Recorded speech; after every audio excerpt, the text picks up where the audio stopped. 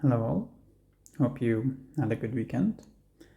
This weekend I was out doing a race and I had a few chests accumulated, so it was very lucky that I was still able to collect them in diamond when I came back, because pretty much all the players that I was matching and the tech I was facing had moved on significantly.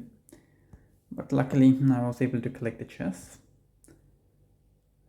and then I went down the route of the protonode, shock bombs and laser ranges because I wanted to give them a try, especially since I already had Kawan and rifles unlocked. And then today morning's chest I was able to unlock shock launcher, and then I did a bit of a push to get to rank 22 and unlock the troop damage node as well. In terms of my log, not looking too bad now. It was pretty much all red when I started playing, because I think I had to collect 5 chests, if I remember correctly, last night. And I was just pretty much on the borderline of diamond, so I did fall out. But luckily, I was able to get decent enough matches and then collect 5 chests in diamond, which helped me to get to the shock bomb stage. And I was 1 key short of laser ranges, but that's okay. First hit against Vicky, well played. I think the time difference we are seeing is probably only from laser ranges, to be honest. Otherwise she had a very good time on my base as well. And earlier I also upgraded Scorchers to use with the laser ranges and Kawan. And the challenge with that is when the Scorcher dies, it does take a bit of a health from Kawan if Kawan is quite close to the Scorchers, which means a few Scorchers die and you have a dead Kawan. And for my hits to work, I wanted Kawan to live for a bit longer, so I switched to using heavies, 1 boat of bombers, and then laser ranges for the rest. I think this combination is working out okay. At least it got me to rank 22, and they can take down a base decently fast enough. Most of the time seem to be around the 220 to 230 range. I think most of the bomber players are just around 220 or 210 to 220 range.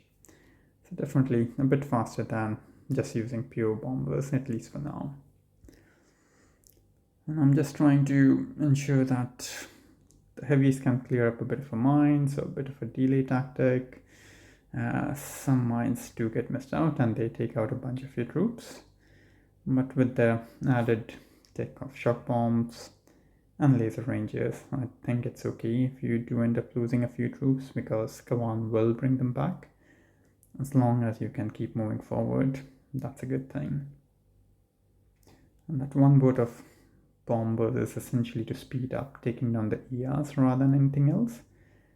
Because obviously the bombers have a higher DPS than the laser ranges. I think I've seen a few players just use pure laser ranges, so maybe that works better for them. That's okay.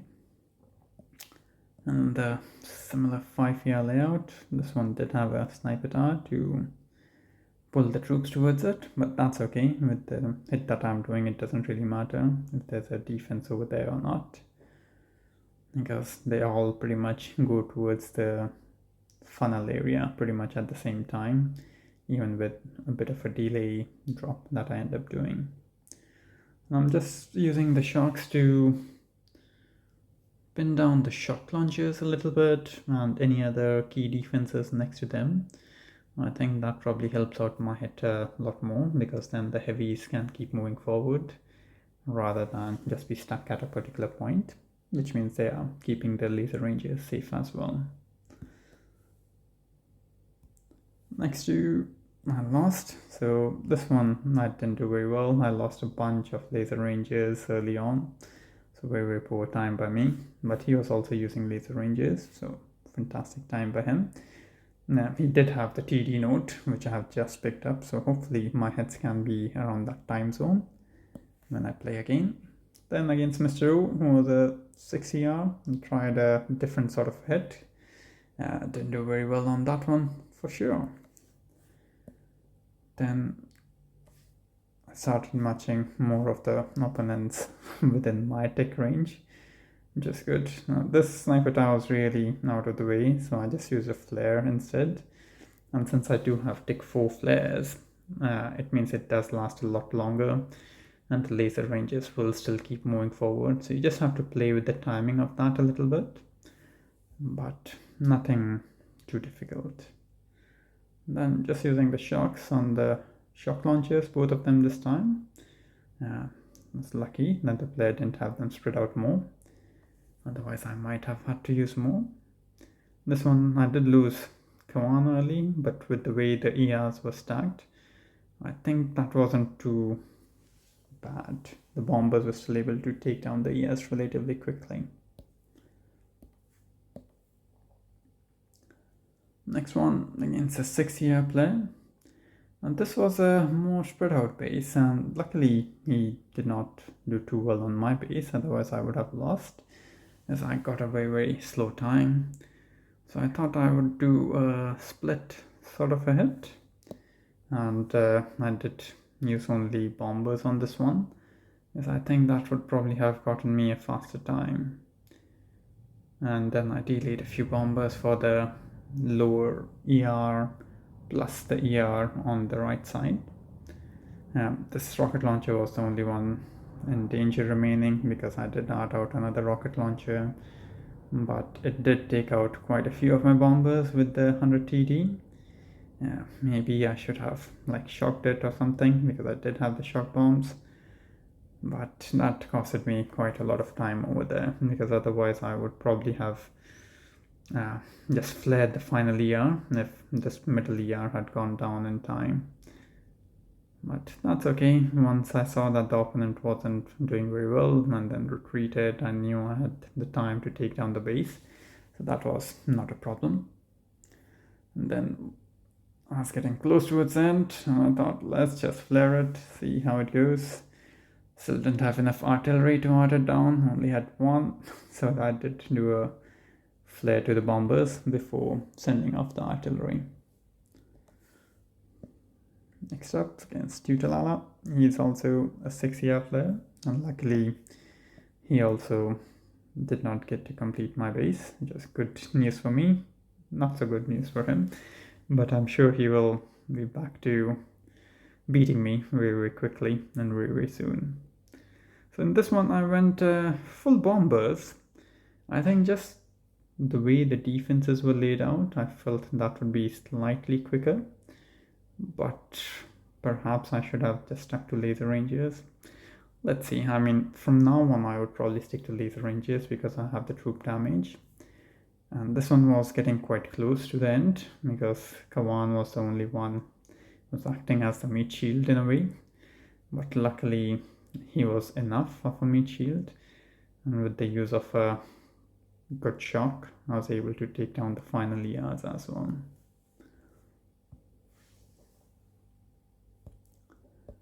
Next up, Wind Shadow. Back to facing 5 ERs, more in my tick range.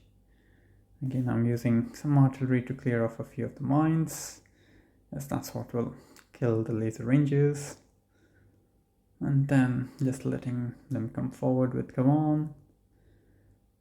And luckily this player didn't have shock launchers, so that was good for me, but it was still a slow time overall, because I did not shock these rockets in time, I think, and they killed off a few of my troops. And then obviously, as the laser ranges reduce in quantity, their effect of killing also slows down, which just amplifies your time it takes on the hit. But luckily I was able to eke out a few seconds advantage over Wind Shadow and get the win. Next up, this was the boss fight for 22. I was really lucky on this, because I think I needed 17 stars, so I wasn't thinking that this would be a boss fight, but I got 19 stars when I beat this player.